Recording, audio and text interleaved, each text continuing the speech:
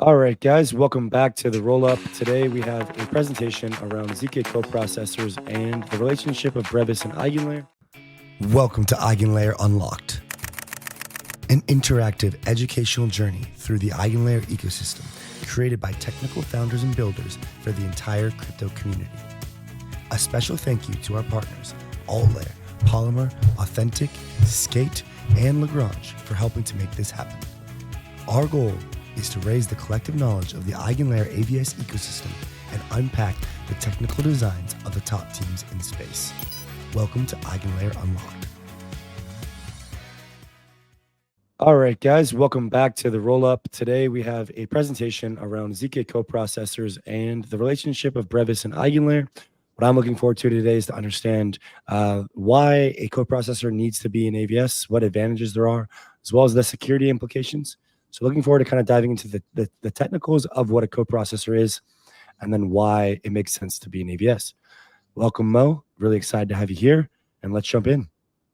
Hey guys, great to be here. I'm Michael. I'm co-founder of Brevis, and I'm here to talk about how do you use Brevis, which is a smart ZK coprocessor to build data-driven dApps. And before we dive into what coprocessor does, let me kind of use analogy so that everyone can better understand what are the purposes of a ZK coprocessor. So let's look at the history of Web 2 evolution in the last 20 years. So if we look at Web 2 before 2000, it is really built on this asynchronous-based architecture, where you have a single web server that does everything. So every user's request will come into the web server in a sequential manner, and the request is handled one at a time. And this monolithic server really does all of these things in a sequential manner. So request handling, access control, computation, data access, then return to the user the result of the request. It was very clear back then, as the scale of the internet exploded, this kind of architecture won't really scale because this is really built based on this very synchronous and monolithic architecture. This is why in modern web today, we are powering the entire modern Web 2 world with this asynchronous-based architecture, where the web server itself is just acting as a coordinator of a series of specialized backend services. Now, all these different users can essentially query this web server, and the web server will just turn around and call these specialized backend services with asynchronous function calls. And these specialized backend services will do its work and then send the result back to the web server with callback functions. And then the web server, acting as, again, a coordinator, will assemble the result from different specialized services and return to the user a coherent requested result. So this is how, for example, Facebook, Twitter, in essentially every Web 2 service work. And this is how it can scale, because now you're not limiting to the computation resources of a single server. Instead, you have the single server to coordinate multiple of the server resources to work for you in a concurrent manner and in a scalable manner. So this is how we scaled Web 2. Now, if we look at Web 3 today, the situation is actually worse than Web 2 before 2000. Right now, the smart contract platform, or the EVM mostly, are acting as the synchronous web server, essentially. The smart contract has very, very simple computation capability, and it also have very limited data access capability. For example, smart contract can only access the data in one point in time, which is the current point in time. There's no way for a smart contract to actually access historical on-chain data, such as events, transactions, and states. And because the smart contracts are running on blockchain, which are essentially replicated compute and replicated storage distributed system, with extremely high communication overhead, so we are actually in a much worse situation than Web3 today, because we're actually in a much worse situation than Web 2 because the computation resources is even lower than a single server. So how can we break this, right? So let's first understand the problem a bit deeper. For example, if you want to build something very simple, such as a trader loyalty program, which is available on every centralized exchange. Someone traded a lot in the last month, and then the centralized exchange should be giving the user a trading fee discount in the next month. This is very simple and available in every centralized exchange. But if we look at all these smart contract powered DEXs, none of them has that particular feature. The reason for that is because, as I mentioned, running this type of data-driven computation on blockchain directly involves doing a lot of Merkle proofs on-chain directly. And this kind of extremely complicated and expensive computation makes it infeasible to run on smart contract platform. For example, if you want to generate a single proof of a single user on Uniswap for a month's worth of trading volume, the time it will take is 8 hours and the transaction fee is 40K. So what this means is that on only the smart contract platform, or any smart contract or any dApps, there's no trust-free access and computation on historical on-chain data available. Now, what Brevis does here is to introduce this asynchronous architecture to Web3, where if you use Brevis, you can treat the blockchain as this simple coordination layer for off-chain computation resources. Now, instead of doing all the computation on blockchain directly, you can migrate very complex and data-heavy computation off the blockchain into an off-chain environment. And in this off-chain environment, you can do the computation, and not only the computation result is done, but also you can generate a zero-knowledge proof to attest to the fact that this computation is correctly done. And then you can take that computation result along with the zero-knowledge proof back to the blockchain, so that blockchain can run a very simple verification process to verify the computation is correctly done and use that computation result directly in smart contract. Using this architecture, you expand the capability of blockchain on-chain computation to tap into effectively unlimited computation resources off-chain. But at the same time, you're not introducing any additional trust because every computation step is encapsulated in zero-knowledge proof, so that you know every single step of the computation is done correctly as long as you can verify the computation result on-chain. So there are multiple components in Brevis stack. Today, I'm going to focus on just the ZK data coprocessor part. What ZK data coprocessor does is it allows you to do this type of very specialized computation off-chain that therefore allows the smart contract to have access to any historical on-chain data and do computation on that. And you can use these computation results on-chain in a trust-free way. Now, using Brevis ZK coprocessor is very simple from a developer point of view. Even though it is built on ZK, you don't actually have to understand anything about ZK circuit itself. The first step you need is to just specify what kind of historical data you want to read, such as storage state, block information, receipt, beacon chain state, which include what is the gas price, for example, transaction data, accounts. So all of these data are available for developers to choose and use. For example, this very simple code snippet here demonstrates you how to access a user's historical trades on Uniswap in the last 30 days. And then the second step is, now you have the data available, what kind of computation you want to run on top of these data.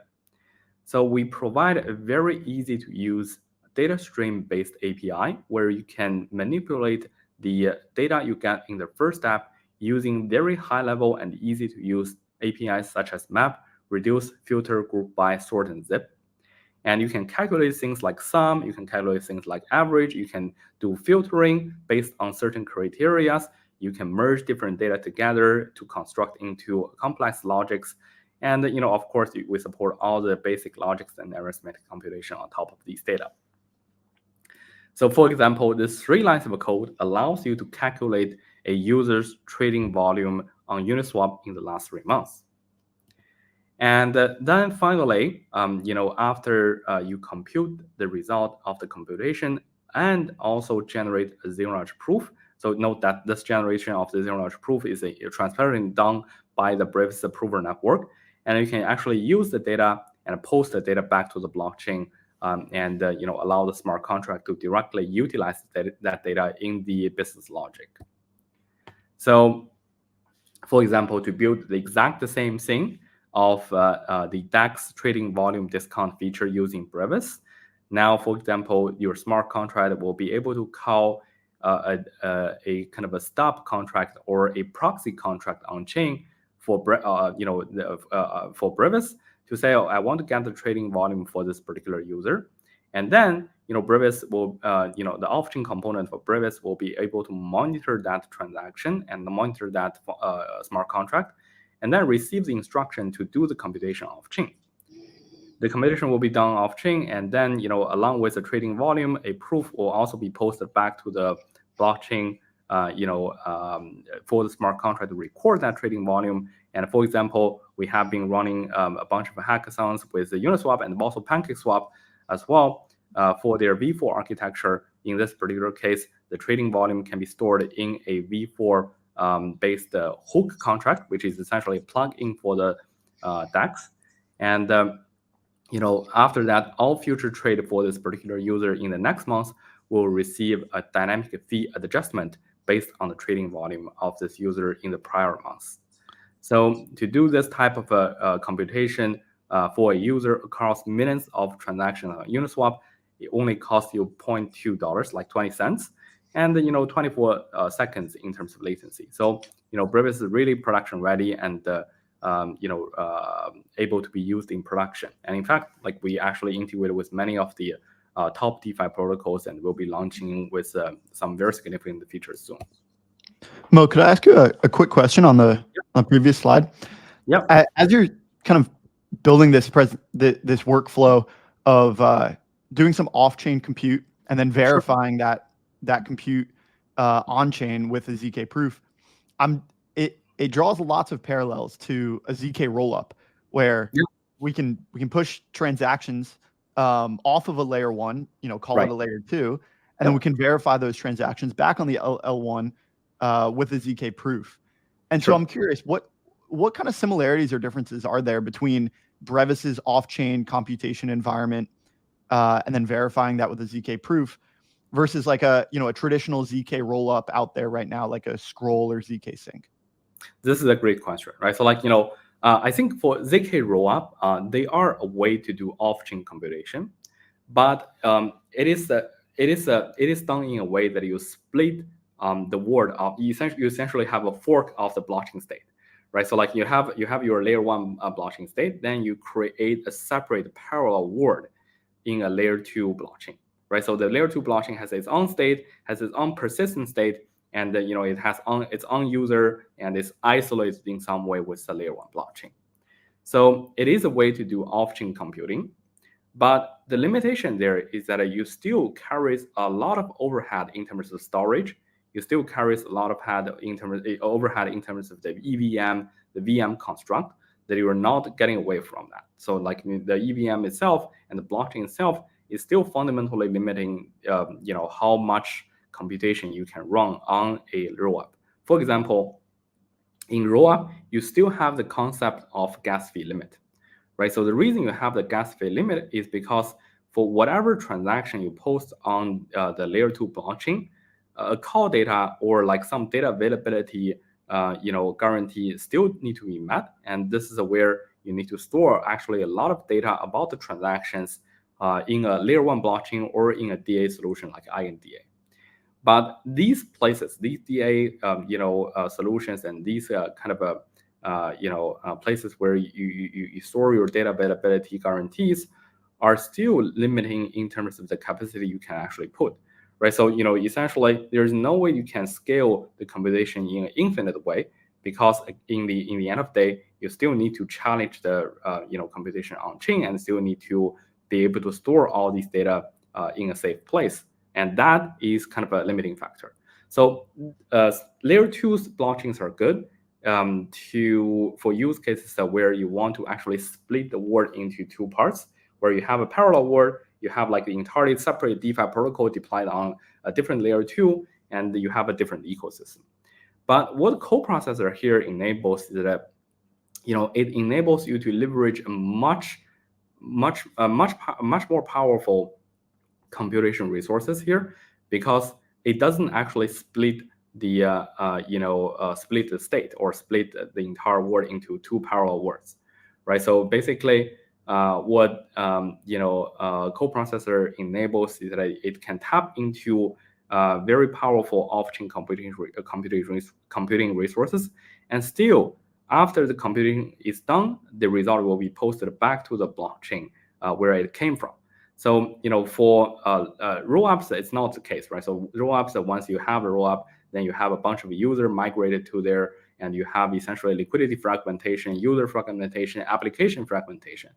But for coprocessors, you don't have this type of fragmentation. You tap into additional resources, and you still keep all the state and all the users in a single place, in a single unified blockchain. So this is like the difference between rollups and the coprocessor. Awesome. Okay. Yeah, that was very helpful. Feel free to continue. Yeah. So there are many use cases you can use Brevis for. From a first principle point of view, like we know there are a lot of the DeFi is the first product market fit for smart contract based blockchain. So what Brevis can enable is something called data driven DeFi or intelligent DeFi.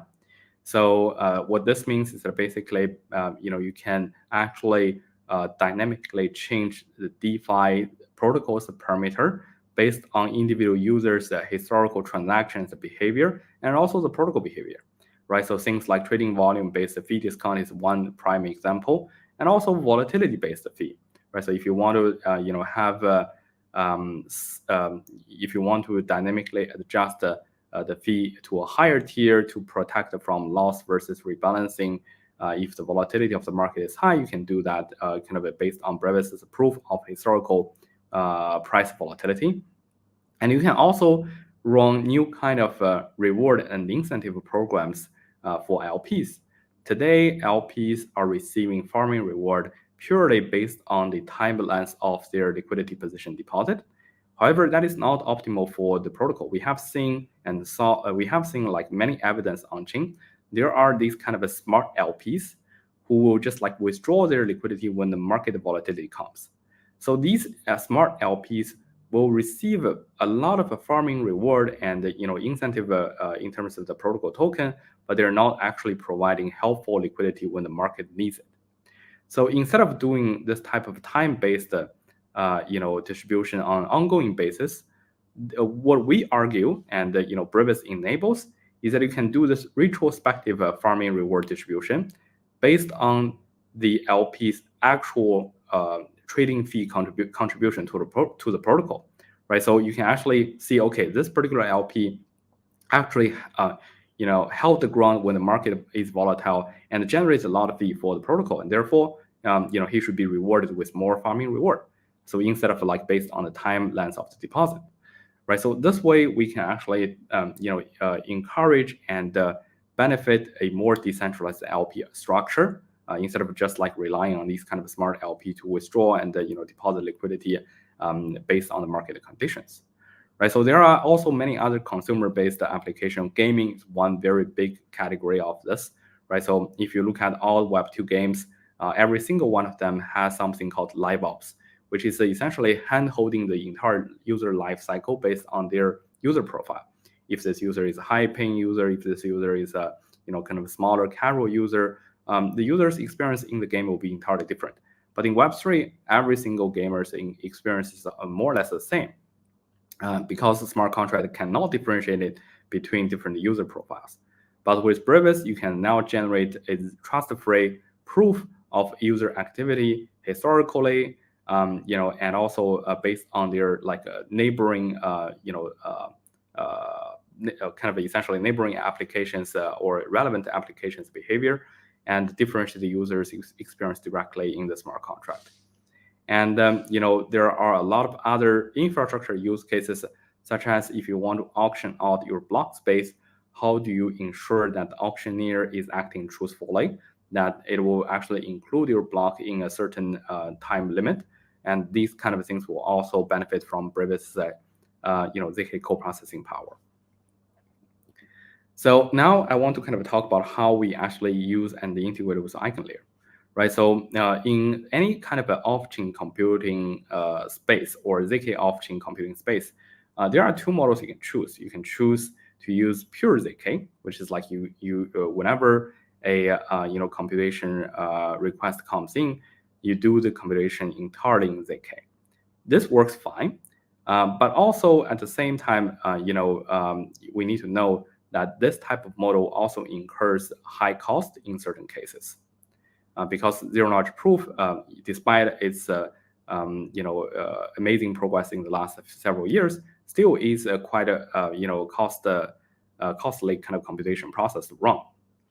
Now, what we introduced in Brevis, which is a very unique thing, is that we introduced this kind of optimistic co-processing with a ZK fraud proof. So we can allow a proposer to essentially do the computation off-chain without generate ZK proof and submit the computation result on the blockchain as a proposal, just like an optimistic rollup, right? So and then if and then a challenge window will be opened, and during that challenge window, if any watchtower detects that this particular result is wrong, then a ZK fraud proof can be generated to challenge the result and correct the wrong result and slash the initial proposer.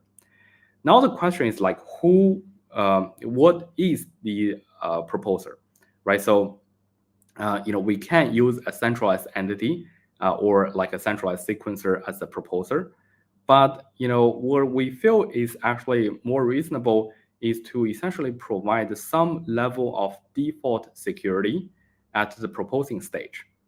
This is where EigenLayer comes into the picture, where we use an EigenLayer AVS as the optimistic coprocessor's proposer.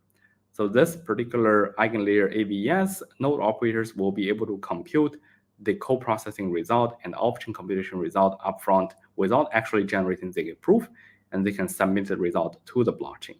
Now, immediately, that result is actually secured and guaranteed by a certain level of proof of stake security, right? So, like, no matter how, it depends on how much like E3 stake is actually dedicated to the Brevis AVS, that level of security is already there. But the challenge window is still open for applications. Application can choose their own challenge window. Some application may be able to accept the result upfront directly, but some application may actually want to have a challenge window. And during the challenge window, you can still generate a zero-knowledge proof fraud proof to actually challenge the initial submitted result. If the challenge is successful, then the corresponding validators or operators who submitted the wrong result will be slashed, right? So of course, we believe that this particular model will actually be used by a very large amount of applications because it offers the same level of trust assumptions as a pure ZK based solution, but also has a significant lower cost comparing to ZK. The only trade-off here is latency. But we do see there is a large category of use cases for ZK coprocessor that are not latency sensitive. For example, if you want to compute a monthly trading volume for a user, then you probably don't need to kind of really chase for that particular seconds of latency or 10 hours of latency. As long as the cost is like lower, then you probably would actually use this kind of a hybrid model. So this is how we use AVS as a way to lower the cost for ZK coprocessing while maintaining the full trust-freeness of the entire architecture. Yeah, I mean, just briefly back on that slide. I don't understand quite how the slashing part is going to actually make a difference for this model, right? Like how? Because what theoretically slashing is going to involve slashing the eigen token, which I'm just struggling to see how slashing is going to be enforced or used at all in this model, and there's going to be any sort of kind of crypto economic security here. Yes. So, I guess just to kind of quickly run through this entire flow here. So instead of sending everything directly to a ZK proving service, the smart contract now will send the computation result request directly first to an ABS, right? So the ABS will now generate a economically validated result. So this is like the proof of stake result. The proof of stake result will be posted to the blockchain as just real quick, that's like an optimistic result because it's crypto economic. That's essentially optimistic result, right? So that's essentially optimistic result, but it's stronger than a centralized sequencer-based optimistic result because it is guaranteed by a crypto economic security, of the risk stake, the ABS. And now we'll have a challenge window opened. During that challenge, the application will not directly use the result. It will actually wait for a challenge. This result will be essentially put into a quarantine zone. And during that challenge window, if some watchtower sees that, okay, wait, that result is actually wrong. So how do I challenge this? Well, the way to challenge that is pretty simple. It will just generate a zero-knowledge proof of the correct computation result. So now the challenger can then submit a result to the blockchain saying, okay, look, now I have a zero-knowledge proof and also the correct result, and the blockchain can verify the result because ZK proof can never be wrong, barring that the implementation bugs and the and like code issues. But like in theory, zero-knowledge proof can never be wrong. And then you essentially have the challenge accepted by the blockchain, and when the challenge is actually accepted by the blockchain, the corresponding it basically means that whatever was initially submitted was actually wrong, and whoever signed on that initial proposal should be slashed. So this is like how the slashing works. So, I think that makes sense, right? There's a proposer that proposes a solution Right. to the computation request optimistically, and then there's a challenger that submits a ZK proof, and if those contradict, then the proposer who was proven wrong by the ZK proof is slashed because they proposed something incorrect. That's right. And you mentioned that like a ZK proof could never be wrong. I agree with you in principle, but it could be malicious, right? And so I could maliciously submit something that is going to, say that the ZK proof contradicts the original optimistic solution, but maybe I'm not right? Maybe I'm submitting something that is malicious and I want to, try to steal funds or whatever. How if I can submit a ZK proof and it's just taken as truth, then the optimistic proposer is slashed, regardless, and my malicious ZK proof is taken as correct. But how can we deal with a malicious ZK proof that may or may not be incorrect? How can you verify the correctness of the ZK proof and make sure that in fact the optimistic proof was incorrect and the optimistic proof was correct and the ZK proof was incorrect? Sure. So the question is like how we can essentially verify whether a ZK proof is indeed correct or not. So I guess, this is a great question that, we kind of need to expand a bit on how these computations get bind together, right? So whenever there's like a off-chain computation, let's say there is some function they need to compute off-chain, and for any function, there will be input. Right, so whenever we define a function, let's say let's take a very simple example. This is to compute a user trading volume on chain, and whenever that is like defined, there will be two things generated. Like one is the ZK circuit corresponding to that computation. So like basically, if you feed all these users transaction, this particular ZK circuit will understand and figure out whether these transactions are actually belonging to this particular user, and if they are from Uniswap, and they, what is the actual kind of trading volume of this particular user, right? So that's kind of the off-chain circuit part. Now, for any ZK proof, there will be a prover, and there will also be a verifier. So the verifier is actually, concurrently generated based on the circuit that you want to verify.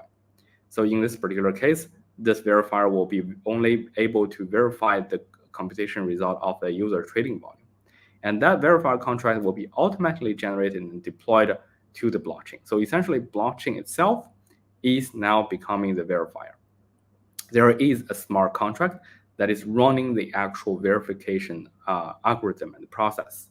So, whenever you actually compute something off-chain, as long as the corresponding binded verifier on blockchain can actually verify the proof, it means the computation result is correct. So this is how essentially ZK, when I say like ZK proof can never be wrong, that's kind of what I meant, is that for a common defined computation logic, there will be a one-to-one binding between the on-chain verifier contract and the off-chain computation logic. So whenever you actually generate that computation logic, that can be verified and can only be verified by that particular specific verifier contract. And the promises of ZK is that the verifying computation cost is constant value. No matter how big the off-chain computation is, you can do that computation however you want. You can generate the AI model if you want, but the verifying process of the computation result is a constant cost of around 200K gas. Okay, so another kind of observation here is like, let's say I'm a challenger, and I have the capacity to submit malicious, incorrect, or correct ZK proofs. Yep. I could spam the network, right, and kind of grind it to a halt with incorrect proofs. Is there any economic security that challengers have to commit in order to prevent spam, or what? And I imagine this is the case, is just the cost of gas to submit these proofs is enough of a disincentive to prevent spam. You're exactly right. Like, because if you generate some malicious proof or like fake proof, first of all, the verifier contract can never actually verify that, right? So this is different, than the kind of optimistic rollup challenge process, where you need to run an interactive process to essentially kind of find which step is actually wrong, and that's when the griefing can happen. But here you don't have interactive challenge. The challenge itself is a proof itself. So if you generate a wrong proof, then you submit it on chain, essentially kind of it will throw an error, like it will throw an out of gas error. So that will be enough of a deterrence for anyone who wants to actually generate fake proofs. Yeah. Cool. I think we can go. Yep. And this particular architecture is not only for lowering cost, but it actually enables more features. Now, what are some of the key features that is enabled by this? Is that using ZK, using pure ZK, it is very hard to prove completeness and non-existence. For example, if you want to prove that these set of transactions are all the transactions this particular user had with Uniswap. This is very hard to do in ZK, because how do we do it in ZK? You essentially need to prove every single transaction in history to be able to confidently prove that these are all the set of transactions that this particular user had with Uniswap. But using this kind of a proposer and a challenge model, it becomes much simpler, because now as the first step of the proposal, the ABS will just be able to propose a set of transactions and claim that, hey, look, I have this set of transactions, and I claim this set is a complete set of certain criteria, matching certain criteria or matching certain filtering. And now, if that is actually incorrect, the proof you need to generate to dispute that particular statement is actually much simpler than generating the entire proof, right? So like, let's say you're missing one particular transaction in that initial set. All the prover need to do is to just generate a zero-knowledge proof showing that, hey, look, I find one additional transaction that matches your filtering criteria or filters, but it's not actually included in your initial proposal, and you can generate one ZK proof for one single transaction and challenge that initial result.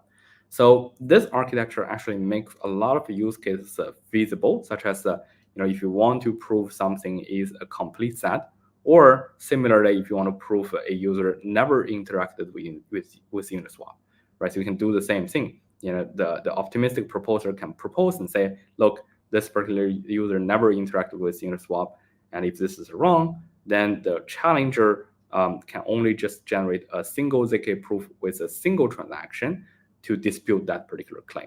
So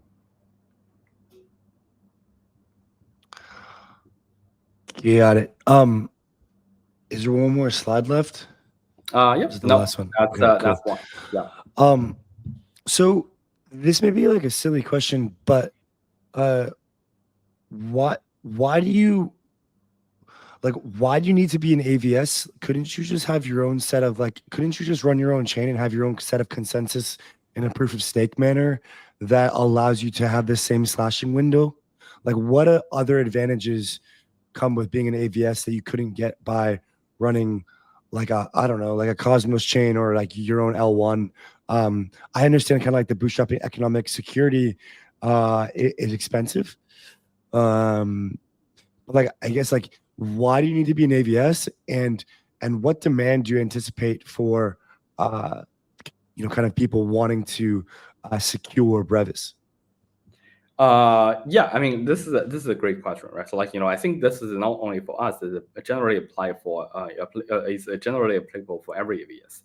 And I think I'm going to ask all of them the same question. Right. The key answer is you should. This is a great question actually. So the key answer for us is actually the cost of capital. Right. So like, because what EigenLayer enables here is that you have like risk services that are across multiple different AVSs. And the result of that is that you essentially have a lower capital cost expectation for many of the risk takers. So for the same level of economic security, because of this economic of scale for EigenLayer, each AVS will be able to pay a bit less than just like running their independent proof of stake network. So that's kind of like the key reason for us to use EigenLayer to bootstrap this entire security network, and that's that. And in terms of usage, we do expect a lot of usage coming up. For example, we recently, Brevis is very much ready and in production already. We recently launched a VIP trader fee rebate program with Quanta, which is one of the biggest perpetual swap protocol aggregator on Optimism, with like $60 billion trading volume and like millions of transactions. And we are already seeing that there are a lot of users opting, using Brevis VIP power features, and we already see a lot of users and the traders are now claiming these fee rebates and constructing and helping the market to construct a more efficient market structure, because they can essentially have market maker fee rebates, right? So and in October and also November, we will be launching with many of our flagship partners. Some of them are the biggest DeFi protocols in the world, with data-driven features. So we do expect that this type of, both like pure ZK and also the optimistic, coprocessor plus ZK fraud proof model will be used a lot by different kind of use cases as well. In terms of the level of crypto economic security, I do think that once we enable slashing, there will be a reduction of the risk taken amount in the AVS. But it's not a very big deal for us, because in the end of the day, we use AVS as an additional security layer. But the ZK fraud proof is the last line of defense and the security guarantee there. So, we expect how this would go is that as we scale out and scale up with more use cases and usage, more and more people will opt in and pay fees to use the optimistic, coprocessor model powered by EigenLayer. And once that happens, we'll actually gradually scale up back in terms of the amount of stake that is dedicated to the Brevis AVS. So yeah, that's how we see this will evolve. Awesome. Yeah, that makes a lot of sense. Andy, did you have a follow-up there? Yeah, I mean, I think like one thing that people are really curious about with regards to kind of how Brevis as an AVS will kind of grow and be able to supply a kind of layer of demand for all of this ETH yield. and all this ETH that's restaked. I'm curious from your perspective, like how you plan to integrate into different applications and where you see the demand coming from for ZK coprocessors, as well as just in general, like the AVS ecosystem. Yeah, definitely. So, we do think that there will be a very sustainable growth and a very sustainable demands coming in from all fronts in the DApp space. And, the first category, as I mentioned, the first very major category would be, data-driven DeFi and the intelligent DeFi. And the amount of computation needed on those use cases are actually very large. Right now, none of that kind of intelligence and the data-driven insight are actually leveraged in many of the DeFi protocol, but they do have a lot of users. Many of the DeFi protocols have like millions of monthly active users, right now, and we do believe many of them will actually be using Brevis power features, and then the computation request on that front will be pretty huge. And one analogy we often want to like to draw is that if you treat like blockchain itself as the CPU of Web3, now what Brevis does here is essentially kind of the GPU of Web3, right? So it's a coprocessor for CPU and offload a lot of computation that is inherently not friendly for CPU to do. And we do see there are a lot of demands on that front, and not only on DeFi, but also on infrastructure.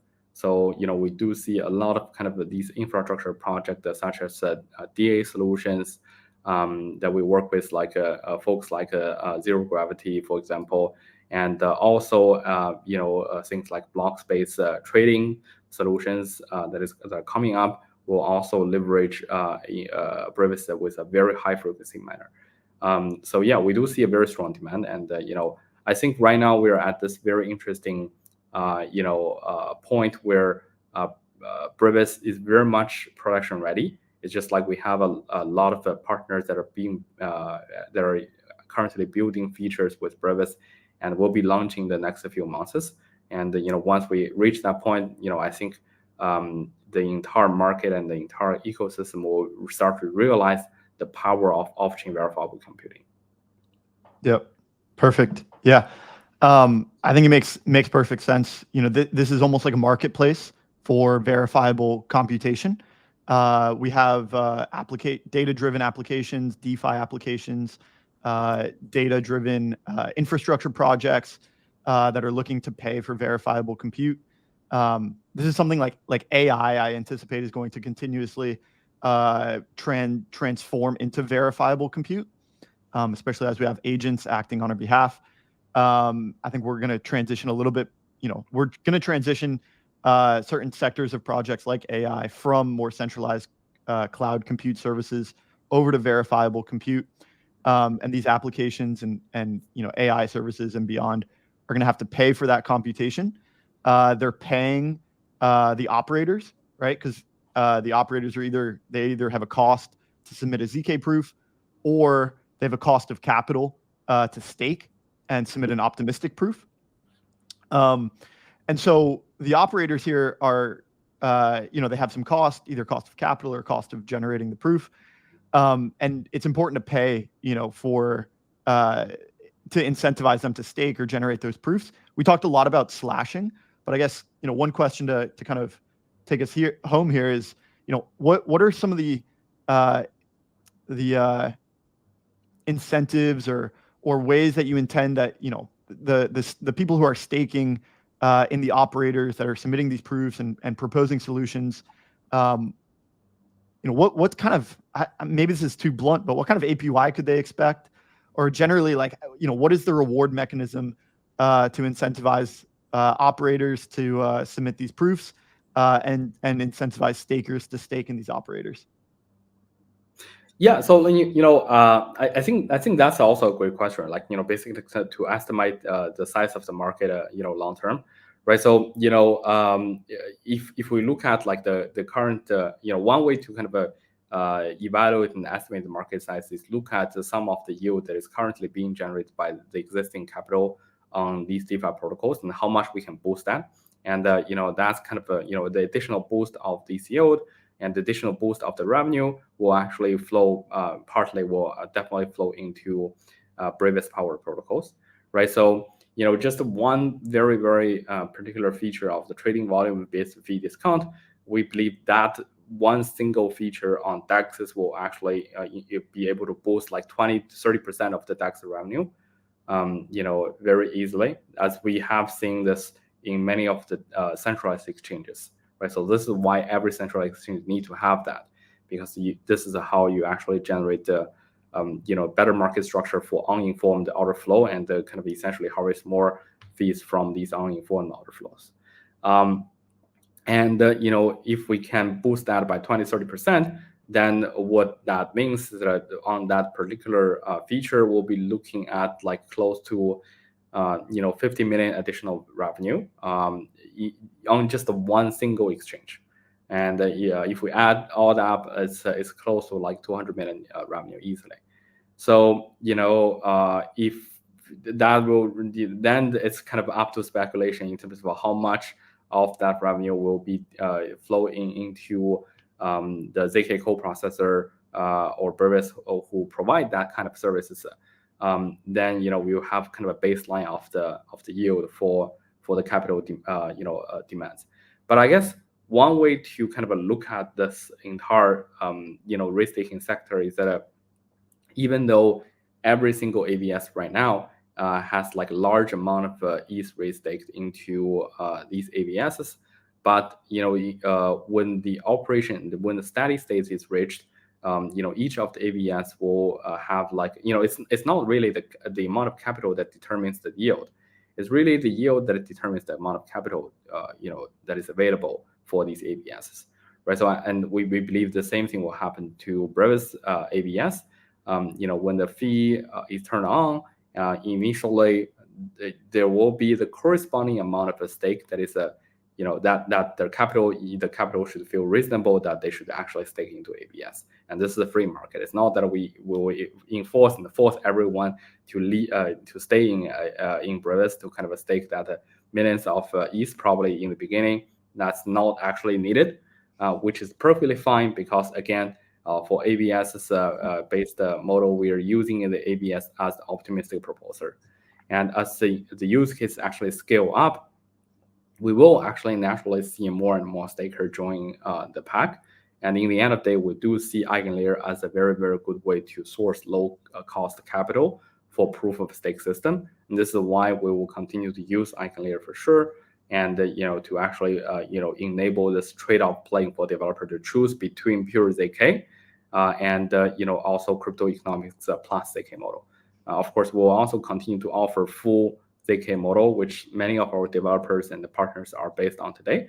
But we are sure as the time passes, as long as it's not latency sensitive use cases, they will actually look into this type of crypto economics plus ZK model more. Awesome. That sounds great. And frankly, this is one of the earlier episodes in the series that we're recording. And so still kind of going through the kinks here. I think one of the things that we're going to continue to forge ahead on is allowing founders and projects on this series kind of pitch the users on why they should stake with this each particular project. So I think you did a great job here. And thank you so much for coming on. This was a great presentation. Thank you. Thank you, Andy. Thank you, Robbie. It's been great. Speak to you soon.